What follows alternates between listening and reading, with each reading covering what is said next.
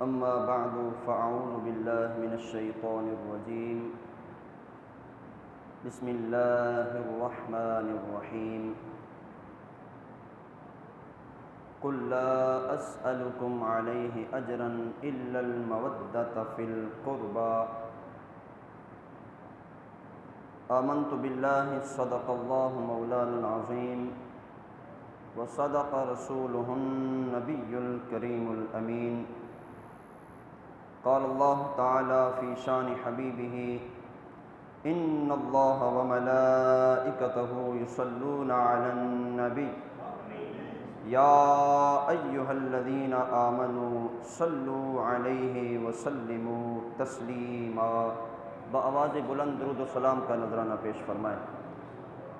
اللهم صل على سيدنا ومولانا محمد وبارك وسلم صلاة وسلاما عليك يا سيدي يا رسول الله وعلى آلك وأصحابك يا سيدي يا حبيب الله.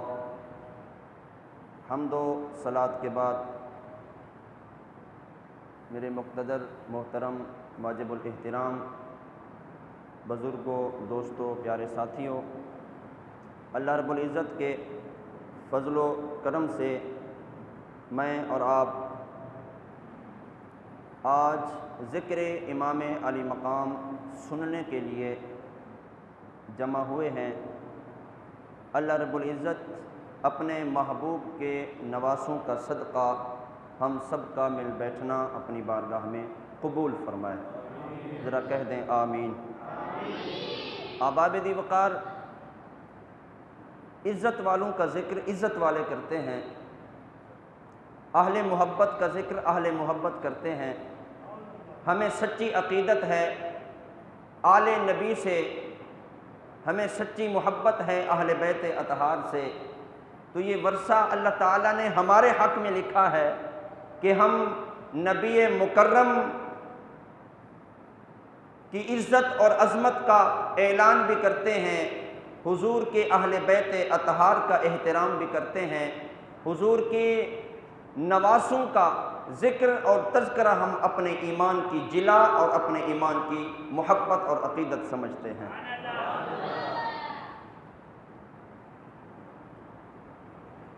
جن ہستیوں کا تذکرہ میں کرنے لگا ہوں وہ تو ایسی مبارک ہستیاں ہیں کہ جن کے محبت اور الفت کا پرچار صرف دنیا والوں نے نہیں بلکہ آسمان والوں نے بھی کیا ہے.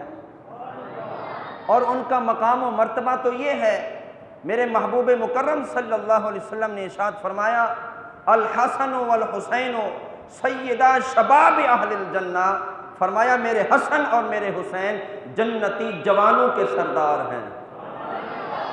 تو جن کا ذکر ہم کر رہے ہیں وہ جنتی جوانوں کے سردار ہیں. یقیناً ان کے ذکر سے اللہ تعالی ہمارے بختوں کو بھی ضرور بلند فرما دے گا. اللہ رب العزت نے قرآن مجید فرقان حمید میں ارشاد فرمایا قل لا اسألکم علیہ اجرا الا المودۃ فی القربى. اے محبوب آپ فرما دیجئے لا اسألکم علیہ اجرا، میں پیغام وحدانیت پہنچانے پر تم سے کوئی اجر طلب نہیں کرتا، میں پیغام رسالت پہنچانے پر بھی تم سے کوئی اجر طلب نہیں کرتا. اللہ رب العزت کا کلام پہنچا دیا، کوئی اجر نہیں مانگتا. پیغام رسالت پیغام نبوت پہنچایا، کوئی اجر طلب نہیں کرتا. ماؤں کو عزت اور عظمت کی چادر تطہیر عطا فرمائی ہے، فرمایا کوئی اجر طلب نہیں کرتا. بے عزتوں کو قدردان بنایا ہے، فرمایا کوئی اجر طلب نہیں کرتا. ابو بکر کو صدیق اکبر بنایا ہے، فرمایا اجر کوئی طلب نہیں کرتا. ابو قحافہ کے بیٹے کو صداقت کا تاجدار بنا دیا، کوئی اجر طلب نہیں کرتا. عمر کو عدالت کا شہنشاہ بنا دیا، فرمایا اجر کوئی طلب نہیں کرتا. عثمان کو ذوالنورین بنا دیا اور سخاوت کا شہنشاہ بنا دیا، فرمایا کوئی اجر طلب نہیں کرتا. ابو طالب کے بیٹے کو شیر خدا بنا دیا ہے، کوئی اجر طلب نہیں کرتا، فرمایا الا المودۃ فی القربى، مگر ایک بات تم سے چاہتا ہوں، وہ یہ ہے اپنے قرابت داروں کی مودت تم سے چاہتا ہوں۔ پیغام رسالت پہنچانے پر کچھ طلب نہیں کرتا تم سے، صرف ایک بات ہے الا المودۃ فی القربى، اپنے قرابت داروں کی مودت تم سے چاہتا ہوں۔ اہل قرابت کون ہے اور مودت کیا ہے؟ تھوڑی سی بات اس پہ کر کے اپنی بات کو آگے بڑھاتا ہوں۔ اہل قرابت حضور کے اہل بیت ہیں۔ حضور کے اہل بیت کون ہیں؟ جمعۃ المبارک کے خطبے میں بھی میں نے عرض کیا تھا، حضور کے اہل بیت میں حضور صلی اللہ علیہ وسلم کی ازواج مطہرات بھی شامل ہیں، حضور کے اہل بیت میں حضور کی اولاد بھی شامل ہے، حضور کے اہل بیت میں حضور کے نواسے بھی شامل ہیں، یعنی خاندان رسول کے جتنے پھول، خاندان رسول کی جتنی کلیاں سرکار دو عالم صلی اللہ علیہ وسلم سے نسبت رکھتی ہیں، وہ سارے کے سارے اہل بیت کرام میں شامل ہیں۔ تو فرمایا میں تم سے ان کی مودت چاہتا ہوں، ان سے مودت رکھنا۔ ایک ہوتی ہے محبت اور ایک ہوتی ہے مودت۔ محبت اور مودت میں فرق کیا ہے؟ محبت تو یہ ہے کسی کو دل سے چاہنا لیکن اس کی ذات میں فنا نہ ہو جانا، یہ محبت ہے، اور مودت یہ ہے کسی کو دل و جان سے چاہنا اور اس کے نہ ہونے کی بنا پر خود بھی مٹ جانا، اس کو مودت کہتے ہیں۔ مثال کے طور پر سمجھیے، مرغی اور بطخ دونوں اپنے بچوں کو لے کر چل رہی تھیں، چوگ چگ رہی تھیں، آگے تالاب آ گیا، تالاب آیا تو مرغی رک گئی، مرغی کے بچے بھی رک گئے، بطخ نے پانی میں چھلانگ لگا دی اور ماں کو دیکھتے ہوئے بچوں نے بھی پانی میں چھلانگ لگا دی۔ کیوں؟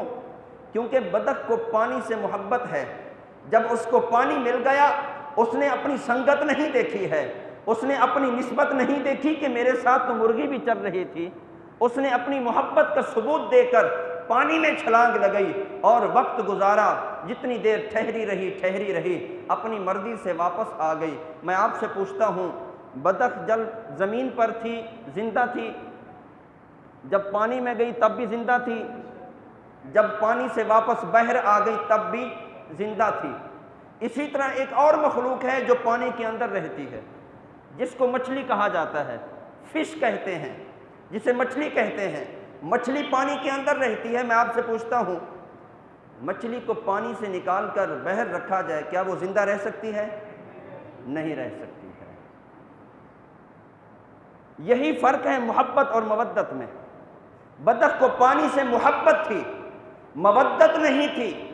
اس محبت نے جوش ڈالا، پانی میں چلی گئی، پھر پانی سے بحر آ گئی، پانی میں بھی زندہ تھی، پانی سے بحر بھی زندہ تھی۔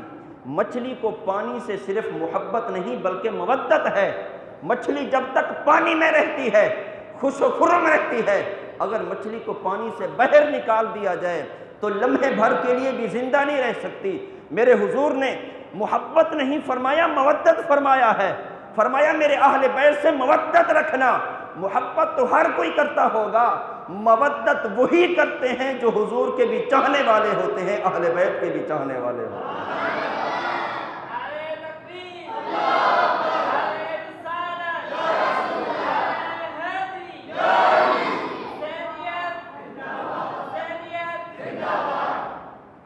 تو مچھلی کو پانی سے مودت تھی کہ پانی سے نکالا، ایک لمحے کے لیے زندہ نہیں رہ سکی۔ فرمایا میرے اہل بیت سے صرف محبت نہیں رکھنا بلکہ مودت رکھنا ہے۔ اہل بیت اطہار جب موجود ہوں، تم بھی موجود ہو، میرے اہل بیت پر وقت آن پڑے اور راہ خدا رب کے حضور پیش کر دیں تو پھر اپنی جان کی پرواہ نہ کرنا، میرے نواسوں پر اپنی جانیں لوٹائے چلے جانا۔ یہی مودت ہے۔ وہ میرے نواسے جس مقام پر کھڑے ہوں گے، تمہارا انعام، تمہارا احسان اور تمہیں اللہ کی نعمت وہی ملے گی کہ تم بھی ان کے مقام پر کھڑے ہوں گے۔ اللہ اکبر۔ فرمایا میرے قرابت داروں سے مودت رکھنی ہے۔ ایک اور بات کر دوں اس مودت پر، مچھلی کو آپ نے پانی سے نکالا، مچھلی پر موت آ گئی، پانی سے نکلی مچھلی مر گئی، اس پر موت آ گئی، آپ نے اس کی کھال اتاری، پانی سے نکالا مچھلی پر ایک موت آئی، پھر آپ نے اس کی کھال اتاری، اس کے ٹکڑے کیے، مچھلی پر دوسری موت آئی ہے، پھر آپ نے اس کو کڑھائی میں ڈالا، تپتے ہوئے تیل میں ڈالا، وہ اس میں پکنے لگی تو یہ مچھلی پر تیسری موت ہے، پھر مچھلی بن گئی، سالن بن گیا، آپ نے منہ میں نوالا لیا، آپ کی دانتوں کی چکی میں وہ مچھلی پسنے لگی تو یہ مچھلی پر ایک اور موت آئی ہے، مچھلی آپ کے پیٹ میں چلی گئی، رات کا وقت ہے، آدھی رات گزر گئی ہے، آپ نے بیٹے کو اٹھایا، بیٹا ذرا اٹھو اور ٹھنڈا پانی لا کر مجھے دو نا،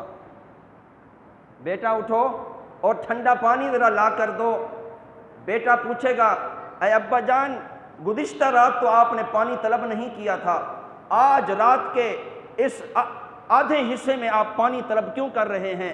یقیناً آپ کہیں گے بیٹا آج میں نے مچھلی کھائی ہے، وہ مچھلی جو پانی سے نکلی تھی اس کو موت آ گئی ہے، مچھلی کا تعلق دیکھو پانی سے کتنا مضبوط ہے، 5 مرتبہ موت میں آ گئی، آپ کی دانتوں کی چکی میں پس کر ریزہ ریزہ ہو گئی ہے، آپ کے پیٹ کے اندر میں چلی گئی ہے، مچھلی کو پانی سے اتنا مودت ہے کہ اب بھی وہ پانی طلب کر رہی ہے، فرمایا میرے اہل بیت سے تم نے مودت رکھنی ہے، اس مچھلی سے سیکھو جس مچھلی نے پانی سے مودت رکھی، 5 مرتبہ مرنے کے باوجود اب بھی پانی مانگ رہی ہے، فرمایا میرے قرابت داروں سے ایسا تعلق رکھو، ان کی زندگی نہ ہو تو زندگی تمہیں بھی نہ ہو، اور وہ دنیا پر نہ رہیں تو تم بھی انہی کے نام پر اپنی جانوں کے نذرانے پیش کر دینا، یہ پھر محبت نہیں ہوگی بلکہ مودت اہل بیت قرابت ہوگی۔ سبحان اللہ۔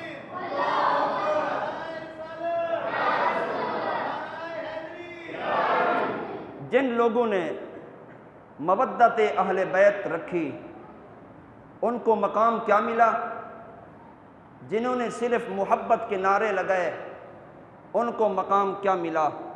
خلاصہ کلام آپ کی خدمت میں عرض کر دوں، جنہوں نے محبت کا صرف پرچار اور اعلان کیا تھا وہی قتل کے درپے ہو گئے، جنہوں نے محبت کا بظاہر پرچار کیا تھا وہی قتل کے درپے ہو گئے، جنہوں نے مودت رکھی تھی۔ امام علی مقام نے آخری رات خطبہ دیا اور اعلان فرمایا کہ اے لوگو ہمارے ساتھ تم چل کر تو آ گئے ہو، ہمیں تو پیغام محبت ملے تھے، ہم سے تو وفا کا دعویٰ کیا گیا تھا، اس وفا کی بنیاد پر ہم اس وفا کو نبھانے کے لیے اس ریگستان میں آ گئے ہیں، لیکن یہ لوگ ہماری قتل کے درپے ہیں۔ اے لوگو سنو، اگر تم جانا چاہتے ہو اس رات کے اندھیرے میں تم چلے جاؤ، ہماری جان تو جائے گی، میں چاہتا ہوں تمہاری جان نہ جائے، تم آ تو گئے تھے ہماری محبت میں، اب یہ ہماری جان کے درپے ہیں، اے لوگو رات کے اندھیرے میں جانا چاہتے ہو تو چلے جاؤ، تم پر کوئی اعتراض بھی نہیں ہوگا، نواسۂ رسول تم پر ناراض بھی نہیں ہوں گے۔ سنیے وہ کون لوگ تھے؟ وہ تھے جنہوں نے مودت رکھی تھی اہل بیت اطہار سے، اعلان کیا رات کے اندھیرے میں کھڑے ہو کر، اے نواسۂ رسول سنیے، آپ کے عشق میں ہم آپ کے ساتھ چل پڑے تھے، جب چلے تھے تو آپ کے ساتھی تھے، اب جب آپ پر وقت اخیر آ گیا ہے ہم آپ کو چھوڑ دیں، بروز محشر محمد مصطفیٰ کو کیا منہ دکھائیں گے؟ اے نواسۂ رسول جب تک ہم زندہ ہیں دشمن آپ کے قریب نہیں آ سکتا ہے۔ یہ تھی مودت جو جوش ایمانی سے سرشار تھی اور محبت مصطفیٰ دل میں موجزن تھی۔ فرمایا اے امام علی مقام، آپ پر دشمن اس وقت حملہ کرے گا جب ہم میں سے کوئی باقی نہیں رہے گا۔ تو اہل مودت یہ لوگ تھے جنہوں نے امام علی مقام کے نام پر اپنی جانوں کے نذرانے پیش کیے، اور وہ محبت کے دعوے دار تھے جو نواسۂ رسول کے قتل کے درپے ہو گئے۔ میرے محبوب مکرم صلی اللہ تعالی وسلم نے ارشاد فرمایا تھا فرمایا 60 ہجری کے اوائل میں سب سے پہلا شخص ہوگا جو میری سنت کی خلاف ورزی کرے گا اور میری سنت کو بدلے گا، فرمایا اس کا نام یزید ہوگا۔ سرکار دو عالم صلی اللہ علیہ وسلم نے تو پہلے نشاندہی فرما دی تھی، اور پھر فرمایا تھا یہ جو میرے نواسے امام حسین ہیں، آپ کی شہادت کی شہرت آپ کے بچپنے سے ہو گئی تھی، اور پھر تذکرہ کرتا چلوں حضرت امام علی مقام کا، آپ کون تھے؟ نواسے رسول تھے۔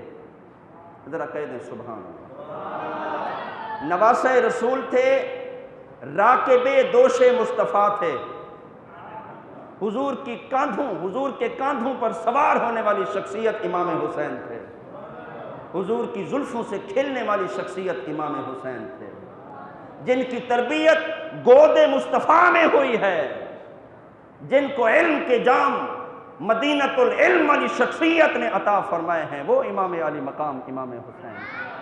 ولادت ہوئی، کان میں اذان بچے کے دی جاتی ہے، ہمارے بچوں کی کان میں اذان ہمارے مسجد کے امام دیتے ہیں، ہمارے پیران عظام دیتے ہیں، ہمارے بزرگ دیتے ہیں، ہمارے علماء دیتے ہیں۔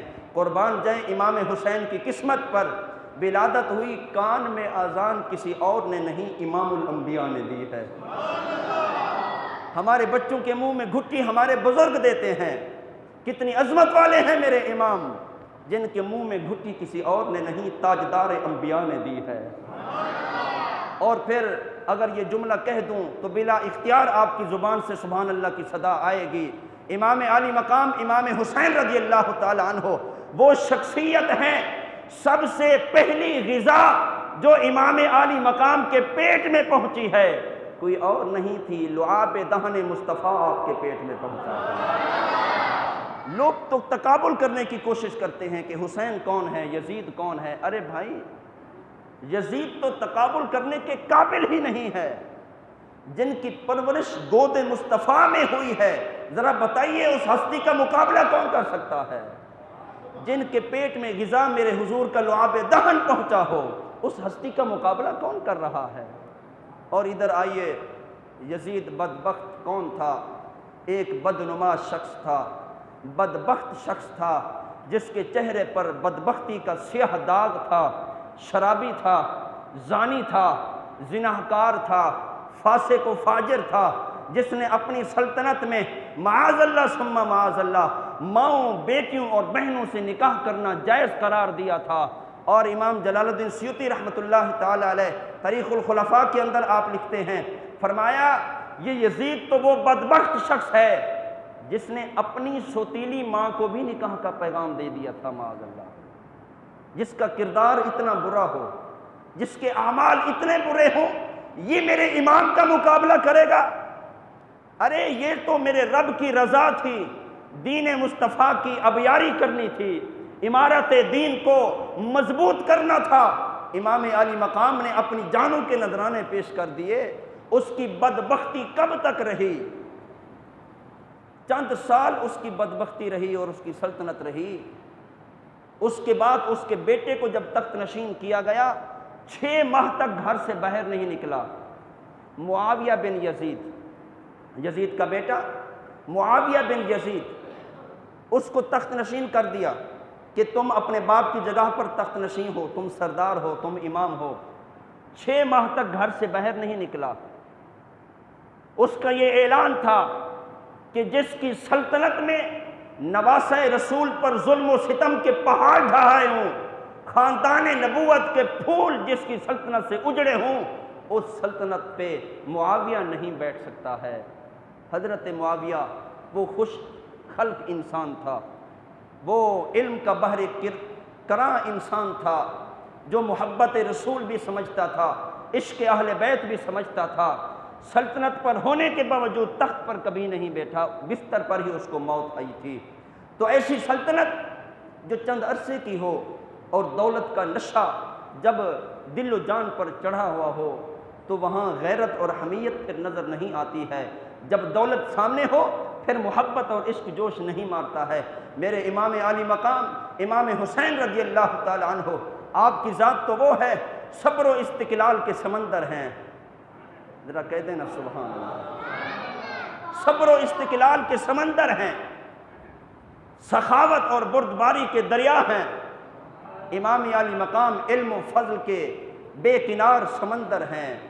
آپ کے دور ایام زندگی میں جہاں کہیں حضور کے غلاموں کو کہیں علمی مقام میں کوئی مشکل پیش آتی تھی، کہیں اور نہیں جاتے تھے، در حسین پر حاضر ہو جایا کرتے تھے۔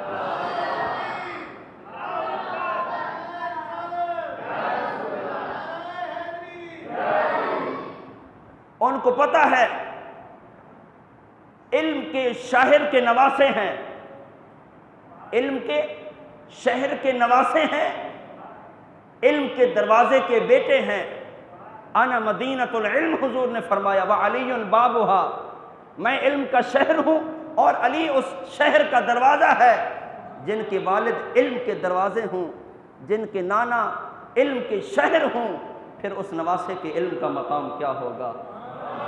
تو امام علی مقام امام حسین رضی اللہ تعالیٰ عنہ، آپ کی زندگی تو اس طرح گزری ہے کہ ہر وقت ہر لمحہ امت محمدیہ کو نفع پہنچاتے ہوئے چلے گئے۔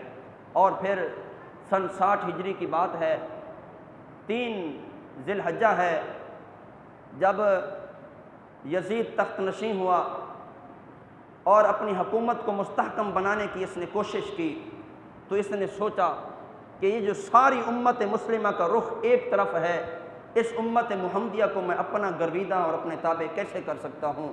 کوئی اور راستہ اس کو اختیار نہ ملا۔ بالآخر اس نے سوچا کہ ایک ہی ہستی ہے، اگر وہ میرے تابع ہو گئی تو ساری کائنات میرے تابع ہے۔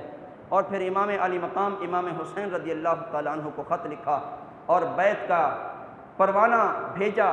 تو امام علی مقام امام حسین رضی اللہ تعالیٰ عنہ جس شخص کے بچپن سے بھی واقف ہوں، جس کی جوانی سے بھی واقف ہوں، جس کے کردار سے بھی واقف ہوں، وہ امام شریعت جن کے گھر سے نکلتی ہو، طریقت جن کے در سے نکلتی ہو، وہ امام ایسے بدبخت کی تابع اور اس کی بیعت کیسے قبول کر سکتے تھے؟ امام علی مقام امام حسین رضی اللہ تعالیٰ عنہ، ادھر سے کوفہ والوں کے خطوط آنا شروع ہو گئے کہ ہم آپ سے محبت کرتے ہیں، ہم آپ کے باپ علی المرتضیٰ سے محبت کرتے تھے۔ 12,000 خطوط امام علی مقام کے پاس پہنچے تھے، ایک دو نہیں، 12,000 خطوط، جس میں سارے محبت کے الفاظ تھے۔ آپ آئیں، ہم آپ کے انتظار میں ہیں، آپ آئیں، ہم آپ کی اتباع کریں گے، آپ آئیں، ہم آپ کو اپنا امام تسلیم کرتے ہیں۔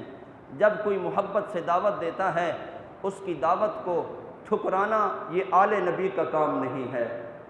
کسی نے پوچھا، اے امام علی مقام، آپ حج کو چھوڑ کر جا رہے ہیں، موسم حج ہے، 3 ذی الحجہ کو آپ نے سفر باندھا، آپ حج کو چھوڑ کر جا رہے ہیں؟ تو آپ نے یہی جواب دیا، پیغام محبت آیا ہے، ہماری محبت کے درپے ہیں، ہم سے سچا عشق رکھتے ہیں، اور ان کے پاس کوئی امام نہیں ہے، وہ چاہ رہے ہیں کہ ہم جائیں اور وہ ہماری اتباع کریں۔ تو ان لوگوں کے وعدے کو وفا کرنے کے لیے حسین جا رہا ہے۔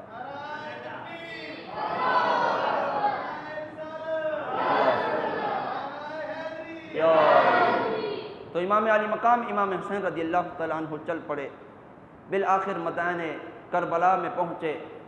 درمیان میں خطوط آتے رہے، قافلے آتے رہے، امام علی مقام خطبے دیتے رہے۔ بالآخر وہ وقت آ گیا جب آپ کو یقین ہو گیا، نانا محمد مصطفیٰ نے خواب میں زیارت فرمائی اور ایک عہد آپ کو سونپا ہے، جس کو وفا کرنے کے لیے آپ میدان کربلا میں پہنچے ہیں۔ اور پھر سرکار دو عالم نور مجسم صلی اللہ تعالیٰ علیہ وسلم، آپ کے دین کی حفاظت پھر کیسے ہوتی اگر امام علی مقام امام حسین رضی اللہ تعالیٰ عنہ اس بدبخت کی بیعت کر لیتے؟ پھر امام علی مقام امام حسین رضی اللہ تعالیٰ عنہ کے لیے بھی قیامت تک لوگ یہی کہتے کہ اگر یزید کا کردار برا تھا، پھر حضور کے نواسے ان کے تابع کیوں ہو گئے تھے؟ امام علی مقام نے اپنی جان کی پرواہ نہیں کی ہے، بلکہ دین مصطفیٰ کی پرواہ کر کے دین محمدی کی حفاظت کی ہے، اور قیامت تک آنے والی انسانیت اور امت مسلمہ کو پیغام دے دیا ہے، ارے لوگو، جب حق اور باطل ٹکرا جائے آپس میں، باطل اگرچہ بڑھ چڑھ کر بول رہا ہو، باطل کو نہ دیکھنا، بلکہ حق کا ساتھ دے کر حق کے جھنڈے کو ہمیشہ بلند کیے رکھنا تم نے۔ اللہ اکبر، یا رسول اللہ، یا وہ ظلم کے پہاڑ آپ پر توڑے گئے، وہ غموں کے پہاڑ آپ پر نشاور کیے گئے، وہ دکھ اور درد، کون سا ایسا دکھ تھا جو امام علی مقام نے نہیں سہا؟ کل 82 افراد لے کر چلے تھے، جن میں دودھ پیتے بچے بھی تھے، جن میں نوجوان بھی تھے، جن میں مزکہ اور مصفہ مطہرات خواتین بھی تھیں، اور نونہال بیٹے اور بھتیجے بھی ساتھ تھے اور بھانجے بھی ساتھ تھے۔ مجھے بتائیے، کوئی لڑنے کے لیے اپنا گھرانہ لے کر چل پڑتا ہے؟ کبھی ایسا نہیں ہوتا۔ امام علی مقام امام حسین رضی اللہ تعالیٰ عنہ، آپ مدینہ سے مکہ اور مکہ سے پھر کوفہ کی طرف آئے تو آپ کا جنگ کا کوئی ارادہ نہیں تھا، آپ کا لڑنے کا کوئی ارادہ نہیں تھا، آپ تو ان کے وعدوں کو وفا کرنے کے لیے آئے تھے۔ ادھر آئے تو لوگ قتل کے درپے ہو گئے، اور پھر راستے میں جتنے لوگ ملتے گئے، جن کو پتہ چلتا گیا کہ نواسہ مصطفیٰ اس راستے سے گزر رہے ہیں، پھر انہوں نے بھی اپنے گھر چھوڑ دیے، انہوں نے بھی اپنی اولادیں چھوڑ دیں، انہوں نے بھی اپنے خاندان چھوڑ دیے، اور نواسہ رسول امام علی مقام کے ساتھ ہمراہ سفر ہو گئے، اور میدان کربلا میں ان کے ساتھ اور احباب بھی پہنچ گئے۔ میرے بھائی، حضرت امام علی مقام امام حسین رضی اللہ تعالیٰ عنہ، آپ کا کردار کیا ہے اور کردار یزیدی کیا ہے؟ اور یہ جو ہم پیغام محبت منا رہے ہیں، یہ جو عشق اہل بیت کے ترانے ہم گا رہے ہیں، یہ ہمیں درس کیا ملتا ہے، اور واقعہ کربلا سے ہمیں کیا سبق ملتا ہے؟ ہم نے اس معرکے سے سبق لینا ہے، ہم نے اس معرکے سے درس لینا ہے کہ امام علی مقام کس کردار کے مالک تھے اور یزیدی کس کردار کے مالک تھے۔ امام علی مقام امام حسین رضی اللہ تعالی عنہ، وہ تو کردار مصطفیٰ والے تھے، وہ تو شریعت مصطفیٰ کے محافظ تھے، وہ تو دین رسول کی سر بلندی چاہتے تھے، اور ادھر یزیدی اور یزیدیت وہ شریعت محمدی کے مخالف تھے، وہ دین مصطفیٰ کے دشمن تھے، خاندان رسول کے دشمن تھے۔ اگر ہمارے دل میں محبت اہل بیت ہوئی تو سمجھ لینا ہم کردار حسینی ادا کر رہے ہیں، اور خدا نخواستہ دل میں بغض اہل بیت ہوا تو پھر سمجھ لینا کردار یزیدی ادا ہو رہا ہے۔ امام علی مقام کی شخصیت تو وہ ہے کہ عین مشکل کے وقت میں بھی اپنے رب کو نہیں بھولے ہیں، اور مصیبت کے وقت بھی جو اپنے رب کو یاد رکھتا ہے، سمجھ لینا کردار حسینی ادا کر رہا ہے۔ اور پھر تھوڑی سی تکلیف پر رب کو بھول جانا، واویلا کرنا اور دنگا اور فساد کرنا، کسی کا مطمع نظر ہو جائے تو سمجھ لینا کردار حسینی نہیں بلکہ کردار یزیدی ادا ہو رہا ہے۔ سنیے، صبر کے مفسرین کرام نے کئی معنی بیان فرمائے۔ صبر کا معنی دکھ پہنچنے پر، تکلیف پہنچنے پر اس کو برداشت کر لینا، اس کو صبر کہتے ہیں۔ پہلا صدمہ پہنچے اس پر صبر کر لینا، اس کو صبر کہتے ہیں۔ لیکن صبر کا ایک معنی اور مفہوم یہ بھی ہے، معمول عبادت قضا نہ ہو، عین مشکل کے وقت میں معمول عبادت قضا نہ ہو، جس نے یہ صبر کیا اس کو صابرین میں سے شمار کیا جاتا ہے۔ امام علی مقام امام حسین رضی اللہ تعالی عنہ، آپ نے صبر کی اس آخری سیڑھی پر پہنچ کر یہ درس دیا ہے کہ یہ مشکل وقت آ گئے اور پھر اپنے رب کو نہ بھولا جائے۔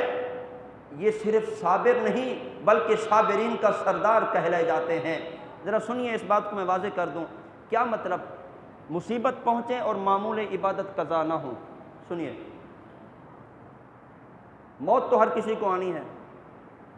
آپ کی عادت تھی کہ آپ مسجد کی پہلی صف میں بیٹھ کر نماز ادا کرتے تھے، گھر میں آپ کی میت ہوگی، آپ کو پیغام ملا، بہت بڑا صدمہ ہے، گھر کا فرد دنیا سے چلا جائے بہت بڑا صدمہ ہے، اور اس صدمے نے آپ کے دل پر کوئی اثر نہ کیا کہ جس طرح آپ کا معمول تھا پہلی صف میں نماز پڑھنے کا، اس صدمے کے پیش نظر آج بھی آپ پہلی صف میں نماز پڑھ رہے ہیں، تو یہ صبر کا اعلیٰ درجہ ہے اور یہ صابرین کی نشانی ہے۔ آپ کا معمول تھا روزانہ تلاوت کلام پاک کرنے کا، آپ کو پیغام ملا کہ بہت بڑا نقصان ہو گیا ہے، آپ کی معمول عبادت میں 1 انچ بھی فاصلہ نہیں آیا، تو یہ صابرین کا طرز عمل ہے۔ سنیے امام علی مقام امام حسین رضی اللہ تعالیٰ عنہ، کتنا صبر کیا آپ نے، کتنا شکر کیا، کتنی تسکین آپ نے اپنے دل کے لیے، غموں کے پہاڑ آپ کے اوپر ہے۔ 9 محرم الحرام کا دن ہے، نماز عصر امام علی مقام نے ادا کی، خیمے کے دروازے پر بیٹھ کر تلوار کا سہارا لیے، گھٹنوں کے اوپر اپنا سر انور رکھ کر امام علی مقام کو نیند آ گئی۔ میں آپ سے پوچھتا ہوں، جن کو محبت سے بلایا گیا ہو اور خاندان نبوت کے چہکتے مہکتے پھول ساتھ ہوں اور اپنا سارا گھرانہ لے کر آ گئے ہوں، اور ادھر فیصلہ ہو چکا ہے کہ قتل کے در پے ہیں، اس کے علاوہ کچھ نہیں چھوڑیں گے، مجھے بتائیے ان حالات میں بھی بھلا کوئی کمر بچھا کر نیند کر سکتا ہے؟ یہ امام علی مقام امام حسین رضی اللہ تعالیٰ عنہ، پتہ نہیں کتنے دن کی کو آپ کو سکون نہیں ملا، کتنے دنوں سے آپ نے آرام نہیں کیا، تلوار کے سہارے پر آپ نے اپنا سر انور نیچے کیا، گھٹنوں پر سر انور کو ٹیکا اور آپ کو نیند آ گئی۔ ادھر آنکھ لگی ادھر مقدر جاگے، نانا جان محمد مصطفیٰ کی زیارت ہو گئی۔ حضرت سیدہ زینب جو آپ کی بہن، آپ کی ہمشیرہ آپ کے ساتھ تھیں، آپ نے آ کر جگایا، اے امام حسین، باہر سے شور و غل کی آواز آ رہی ہے۔ حضرت امام علی مقام اپنی نیند سے بیدار ہوئے اور فرمایا، اے بہن، آپ نے تو مجھے جگا دیا، لیکن حقیقت یہ ہے کہ میرے مقدر جاگے ہوئے تھے۔ نانا جان نے مجھے زیارت کرائی اور فرمایا، انک تروح علینا، اے نواسے، اے حسین، ان قریب تم ہم سے ملنے آ رہے ہو۔ پیغام شہادت نانا جان نے عین وقت دے دیا۔ حضرت عباس رضی اللہ تعالیٰ عنہ کو بھیجا کہ بھائی جا کر دیکھو یہ شور و غل کس بات کا ہے اور کیا چاہ رہے ہیں۔ حضرت عباس رضی اللہ تعالیٰ عنہ باہر نکلے تو انہوں نے کہا، ابن زیاد کا حکم آ گیا ہے کہ خاندان رسول سے بیعت لو، اگر بیعت قبول نہیں کرتے تو پھر ان کو کہو کہ لڑنے کے لیے تیار ہو جائیں۔ حضرت عباس علمدار نے آ کر پیغام دیا، امام علی مقام امام حسین رضی اللہ تعالیٰ عنہ، آپ نے فرمایا، اے بھائی ذرا جا کر کہو، ہمیں پتہ ہے تم ہماری جان کے در پے ہو، ان کو جا کر کہو ذرا ایک رات کی مہلت دے دو، ذرا ایک رات کی مہلت دے دو، اس ایک رات میں ہم اپنے رب کے حضور پیشانی جھکا سکیں، اس ایک رات میں رب کے حضور ہم توبہ اور استغفار کر سکیں، اس رات میں ہم اپنے رب کو راضی کر سکیں۔ انہیں کہو کہ ایک رات کی مہلت ہمیں دے دو، اس ایک رات میں تلاوت کلام پاک سے ہم اس رات کو مزین اور منزہ کر دیں۔ انہیں کہو کہ ایک رات کی مہلت مانگتے ہیں خاندان رسول کے چہکتے پھول۔ حضرت امام علی مقام امام حسین کو ایک رات کی مہلت ملی، یہ 10 محرم الحرام کی رات ہے۔ امام علی مقام اور خاندان نبوت کے سارے پھول چادریں بچھا کر، مصلے تو نہیں تھے نا، ماربل تو نہیں لگے تھے نا، کلینیں تو نہیں بچھی تھی نا، ریگستان میں اترے، ساری ریت ہے اور دن کو جب دھوپ نکلتی ہے تو وہ تانبے کی طرح ابلتی ہے، ایسی جگہ پر جن کو پڑاؤ کرنا پڑا، رب کے حضور پیشانیاں رگڑ رہے ہیں، رب کے حضور توبہ اور استغفار کر رہے ہیں، کہیں سے قرآن مجید فرقان حمید کی تلاوت کی آواز آ رہی ہے، کہیں سے تسبیح و تحلیل کی آواز آ رہی ہے، یہاں تک کہ صبح ہو گئی۔ اپنے رب کے حضور اپنی جانوں کے نذرانے پیش کرنے کے لیے خاندان نبوت کا ہر فرد مچل رہا ہے۔ امام علی مقام امام حسین رضی اللہ تعالیٰ عنہ کو پیغام آ گیا کہ وعدے کو پورا کرنے کے لیے تیار ہو جاؤ۔ امام علی مقام نے خاندان نبوت کے افراد جمع کیے اور جو رفقا آپ کے ساتھ تھے ان کو جمع کیا، اور آپ نے خطبہ ارشاد فرمایا ہے کہ آپ جان اس رب کے حضور دینی ہے۔ ایک ایک نے بڑھ چڑھ کر حصہ لیا، 22 نفوس قدسیہ، 22,000 کا لشکر جرار سامنے ہے، ادھر آلہ جنگ بھی سلامت نہیں ہے، ادھر ساز و سامان سے لیس افواج کھڑی ہے۔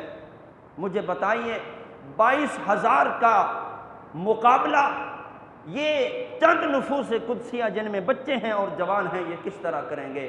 یہ صرف میرے رب کی مرضی اور میرے رب کی رضا تھی اور دین مصطفیٰ کی آبیاری کرنی تھی۔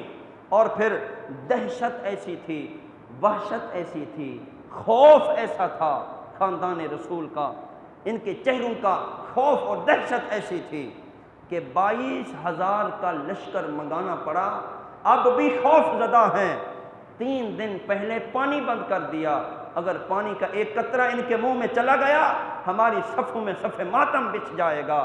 اتنا ظلم و ستم، اتنی شدت، اتنا خوف اور ڈر۔ اور وہ حضرت حر جن کو اللہ تعالیٰ نے جنت کا پروانہ عطا فرمایا، جن کو اللہ تعالیٰ نے جنت کا راہی بنانا تھا، وہ 10 محرم الحرام کی صبح تک تو لشکر یزیدی کے ساتھ تھے، لیکن جب امام علی مقام کا چمکتا ہوا چہرہ سامنے ہوا، نور مصطفیٰ کی لاٹ پڑی اس حر کے دل پر جس کے دل میں محبت رسول موجزن تھی، خود نہیں آیا، اپنی پوری فوج جو اس کے تابع تھی اس سب کو لے کر امام علی مقام میں کے صف میں آ کر کھڑا ہو گیا۔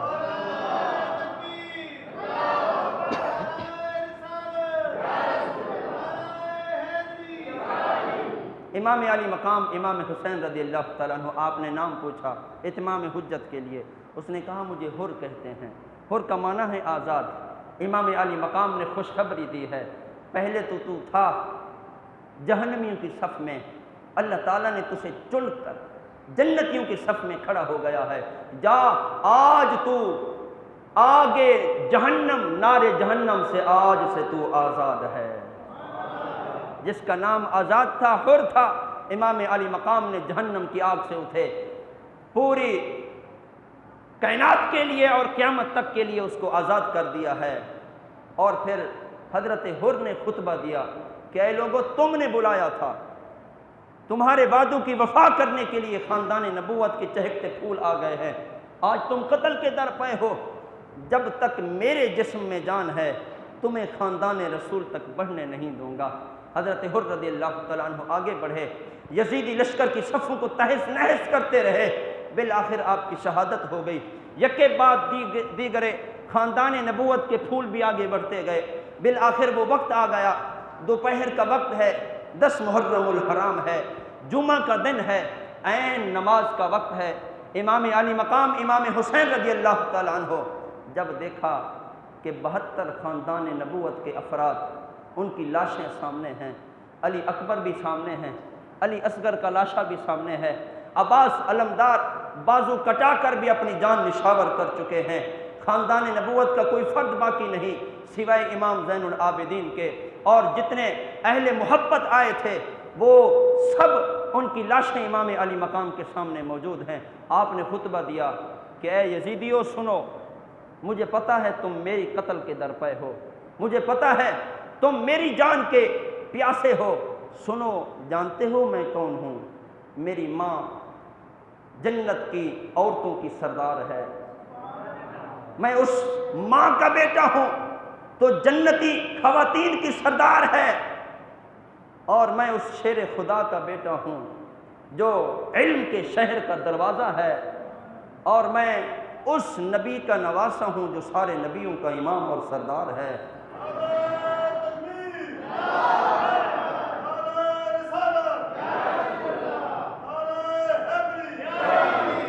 اے لوگو، آج بھی وقت ہے، اپنے آپ کو جہنمی ہونے سے بچا لو، آج بھی وقت ہے، تم بچ سکتے ہو، اگر نواس رسول محفوظ ان کی جان رہ گئی تو تم جہنم سے بچ سکتے ہو، لیکن چونکہ دولت کا نشہ ان پر خمار کیے ہوئے تھا، امام علی مقام کا خطاب دلوں کو مغموم کر چکا تھا، کئی دل محبت اہل بیت سے سرشار ہو گئے تھے، لیکن وہ چند لوگ جن کو دولت کا گھمنڈ تھا اور جو دولت کے متلاشی اور پیاسے تھے، ان میں سے ایک شخص کھڑا ہوا اور شور و غل کرنے لگا، واویلا کرنے لگا کہ تم غدار ہو چکے ہو، تم یزید کے ہمراہی تھے، اب اس کے خلاف ہونے لگے ہو۔ ایسے کلام اس نے کیے کہ امام علی مقام امام حسین رضی اللہ تعالیٰ عنہ نے اپنے کلام کو بند کر دیا۔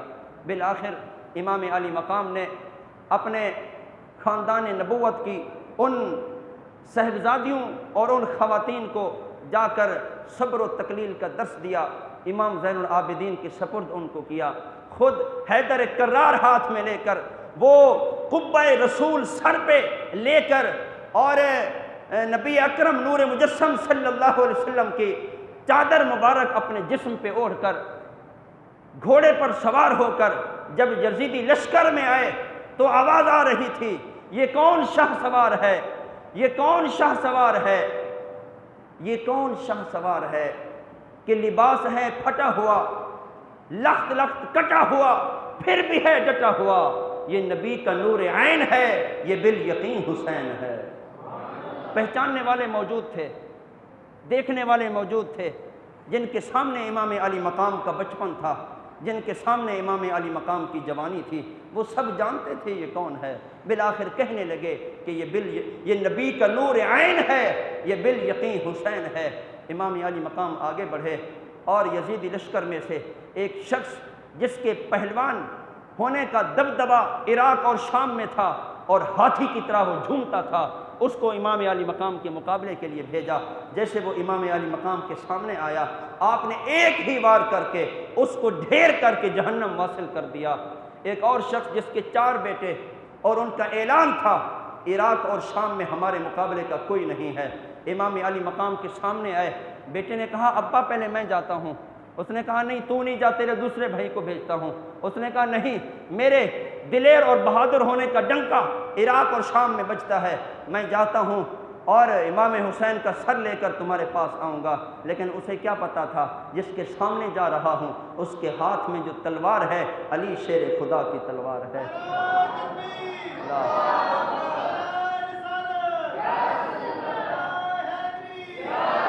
جس کے رگوں میں خون ہے وہ عام خون نہیں، وہ خون رسول ہے۔ امام علی مقام کے سامنے وہ اپنے آپ کو بہادر سمجھنے والا شخص آیا، امام علی مقام نے اس کی کمر پر ضرب لگائی، کھیرے کی طرح اس کو 2 حصے کر دیے۔ امام علی مقام اس جوان مردی سے مقابلہ کرتے رہے، دشمنوں کا ایک ایک آ رہے تھے، بالآخر ادھر ایک تھے ادھر ہزاروں کا مجمع تھا، کب تک مقابلہ کرتے؟ بالآخر وہ وقت آ گیا کہ امام علی مقام امام حسین رضی اللہ تعالیٰ عنہ زخموں سے چور ہو گئے، اور آپ اپنے گھوڑے سے نیچے تشریف لائے اور آپ پر پے در پے وار ہونے لگے، اور ایک تیر آپ کی پیشانی پر لگا، وہ پیشانی جس کو نبی محمد مصطفیٰ نے ہزاروں مرتبہ بوسہ دیا تھا، جب اس پیشانی پر تیر لگا تو امام علی مقام سنبھل نہ سکے، اپنے گھوڑے سے نیچے تشریف لے آئے، اور عین دوپہر کا وقت ہے اور نماز کا وقت ہے، قریب تھا کہ دشمن وار کرتا اور سر اقدس تن سے جدا کر دیتا۔ امام علی مقام امام حسین رضی اللہ تعالیٰ نے فرمایا ذرا ٹھہریے، اس رب کے حضور ایک دفعہ پیشانی تو اس رب کے حضور بچھانے دیجئے کہ جس رب نے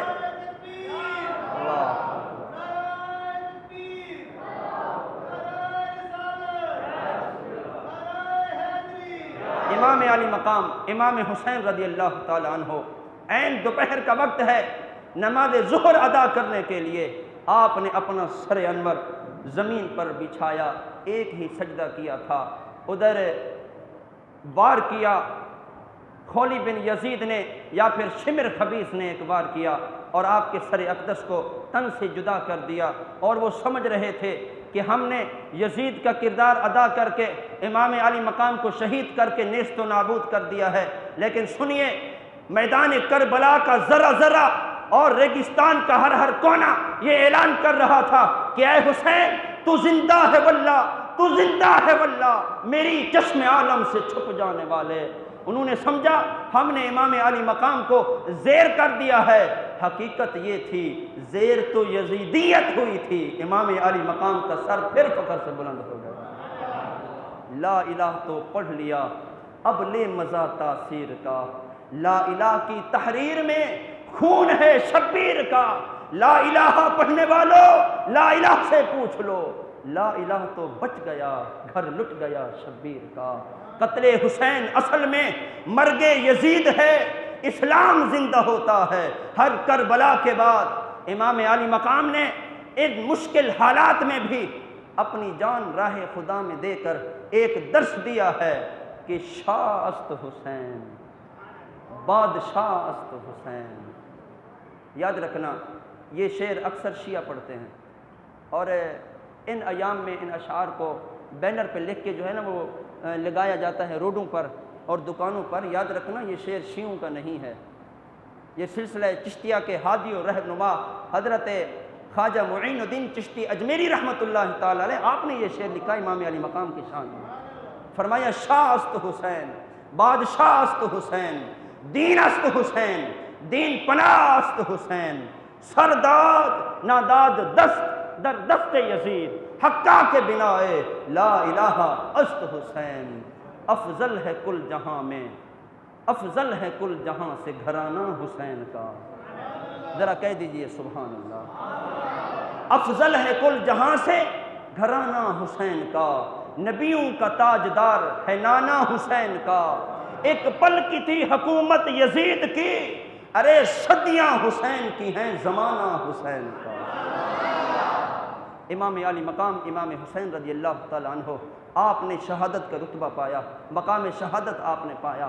ہمیں کیا درس ملا ہے اس میدان کربلا کے اس کارزار سے؟ ہمیں کیا سبق ملا ہے؟ ہمیں کیا درس ملا ہے؟ ہمیں درس یہ ملا ہے کہ باطل کے سامنے ڈٹ کر کھڑے ہونا یہ کردار حسینی ہے۔ نعرہ تکبیر، نعرہ رسالت۔ مجاہد اہل سنت سرپرست اعلیٰ جامع مسجد حاضہ مولانا محمد فرید قادری صاحب تشریف لائے، خوش آمدید کہتے ہیں۔ کردار حسینی، باطل کے سامنے ڈٹ جانا یہ کردار حسینی ہے۔ سال